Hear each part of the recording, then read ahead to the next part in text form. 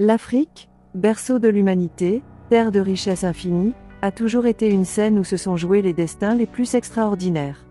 Depuis les premières indépendances des années 1960, le continent a vu émerger une nouvelle génération de leaders. Ils étaient porteurs d'espoir, symboles de liberté et d'émancipation face aux anciens empires coloniaux. Pour leur peuple, ils incarnaient le changement, la promesse d'un avenir meilleur, le rêve d'une souveraineté retrouvée. Pourtant, avec le temps, pour beaucoup d'entre eux, la tentation du pouvoir absolu s'est révélée plus forte que les idéaux de départ. Ils se sont transformés, parfois sans même s'en rendre compte, devenant des maîtres tout-puissants dans des palais d'or, coupés du peuple qu'ils avaient juré de servir. Ils accumulaient des fortunes inimaginables, possédaient des propriétés dans les capitales du monde entier, vivaient dans l'opulence pendant que leur nation s'enfonçait dans la misère. Mais le pouvoir, aussi vaste soit-il, est une illusion fragile. Car il suffit d'une étincelle, une élection perdue, une révolte populaire, un coup d'État, pour que tout s'effondre. Du jour au lendemain, ces géants se retrouvent déchus, traqués, parfois en exil, souvent en ruine. Eux qui régnaient sur des empires, doivent mendier l'asile. Ceux qui comptaient leurs biens en millions n'ont parfois plus qu'une valise à la main.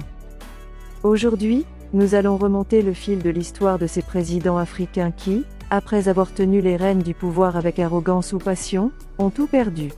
Des palais aux prisons, des villas luxueuses aux chambres d'hôtel exiguës, leur chute est une leçon cruelle sur la vanité humaine, la fragilité du pouvoir, et l'implacable jugement du temps. Installez-vous confortablement.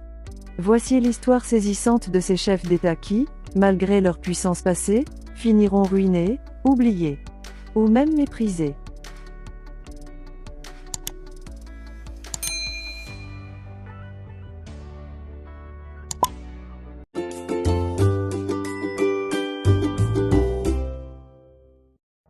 Yahya Jammeh, Gambie. Yahya Jammeh avait bâti son image autour d'une extravagance mêlée de mysticisme. À la tête de la Gambie pendant plus de 2 décennies, il avait transformé l'État en une propriété personnelle. Le pouvoir absolu, les jets privés, les comptes bancaires secrets, tout semblait sourire à cet ancien lieutenant devenu dictateur. Pourtant, en 2017, sous la pression militaire régionale et après une défaite électorale qu'il refuse d'accepter, Jammeh est contraint de fuir. Lorsqu'il quitte Banjul, il emporte avec lui des valises remplies d'argent liquide, près de 11 millions de dollars, selon les premières estimations. Mais cette fortune ne durera pas. Installé en exil en Guinée équatoriale, il vit désormais sous surveillance, dans une villa prêtée, sans influence réelle, ses comptes bloqués et ses avoirs internationaux sous enquête. Amadou Toumani Touré, Mali. Amadou Toumani Touré, affectueusement surnommé At, était d'abord perçu comme un héros de la démocratie au Mali. Après avoir mené la transition démocratique au début des années 90, il revient au pouvoir par les urnes en 2002.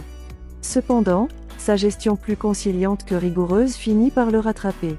En 2012, une mutinerie militaire éclate, le renversant brutalement. At fuit le pays pour se réfugier à Dakar, au Sénégal. Loin du faste présidentiel, il mène une vie discrète, presque effacée. Ses avoirs maliens sont temporairement gelés. L'homme qui avait promis la stabilité termine ses jours dans l'exil, avec pour seul patrimoine son souvenir dans la mémoire collective. Hissène Habré, Tchad. Hissène Habré incarne l'un des régimes les plus brutaux d'Afrique. Après avoir pris le pouvoir par un coup d'État en 1982, il règne sur le Tchad par la terreur, multipliant les arrestations arbitraires, les assassinats politiques, les détournements massifs. Lorsqu'Idriss Déby le renverse en 1990, Habré s'enfuit au Sénégal. Pendant des années, il vit tranquillement dans un quartier huppé de Dakar, mais la pression internationale finit par le rattraper. En 2016, il est jugé et condamné à la prison à perpétuité pour crimes contre l'humanité. Tous ses biens connus sont saisis ou gelés, et Habré finit ses jours en prison, sans accès à sa fortune estimée auparavant à plusieurs dizaines de millions de dollars. Laurent Gbagbo, Côte d'Ivoire. Laurent Gbagbo a toujours été un combattant. Historien de formation, opposant farouche à Houphouët-Boigny, il accède finalement à la présidence en 2000. Son règne est marqué par une guerre civile larvée, des crises post-électorales dramatiques. Après avoir refusé de reconnaître sa défaite face à Alassane Ouattara en 2010, il est capturé en 2011 et transféré à la Cour pénale internationale. Pendant ces années de détention, ses comptes sont bloqués, ses biens confisqués ou abandonnés. À sa libération, Gbagbo revient en Côte d'Ivoire, non pas en chef triomphant, mais en vétéran politique fatigué, vivant modestement dans une relative discrétion, dépendant de ses partisans pour assurer sa subsistance. Blaise Compaoré, Burkina Faso.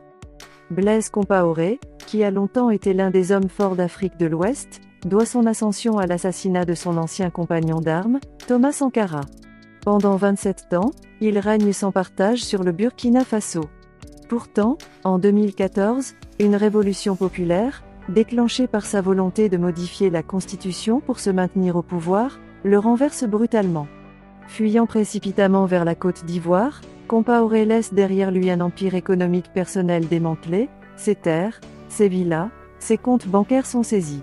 Désormais, l'ancien président vit en exil doré mais sous constante menace d'extradition et sans la fortune colossale qu'il avait amassée. Mobutu Sese Seko, Zaïre, RDC. Mobutu est l'archétype du despote africain riche à outrance. Pendant plus de 30 ans, il dirige le Zaïre avec une main de fer, amassant une fortune personnelle estimée à plusieurs milliards de dollars. Mais quand les rebelles de Laurent-Désiré Kabila entrent dans Kinshasa en 1997, Mobutu fuit précipitamment. Il trouve refuge au Maroc, mais sans accès à la majorité de ses avoirs gelés par les autorités internationales.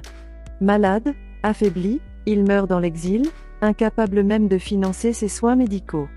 L'homme au léopard, qui avait commandé des palais somptueux, finit sa vie dans l'anonymat et la quasi-indigence. Manuel Pinto da Costa, Sao Tomé et Principe. Moins connu du grand public, Manuel Pinto da Costa est un exemple rare d'un dirigeant africain dont la ruine est liée non pas à la corruption, mais à la simple perte d'influence. Après avoir dirigé Sao Tomé de l'indépendance jusqu'en 1991, Pinto da Costa s'efface, avant de tenter un retour sans succès.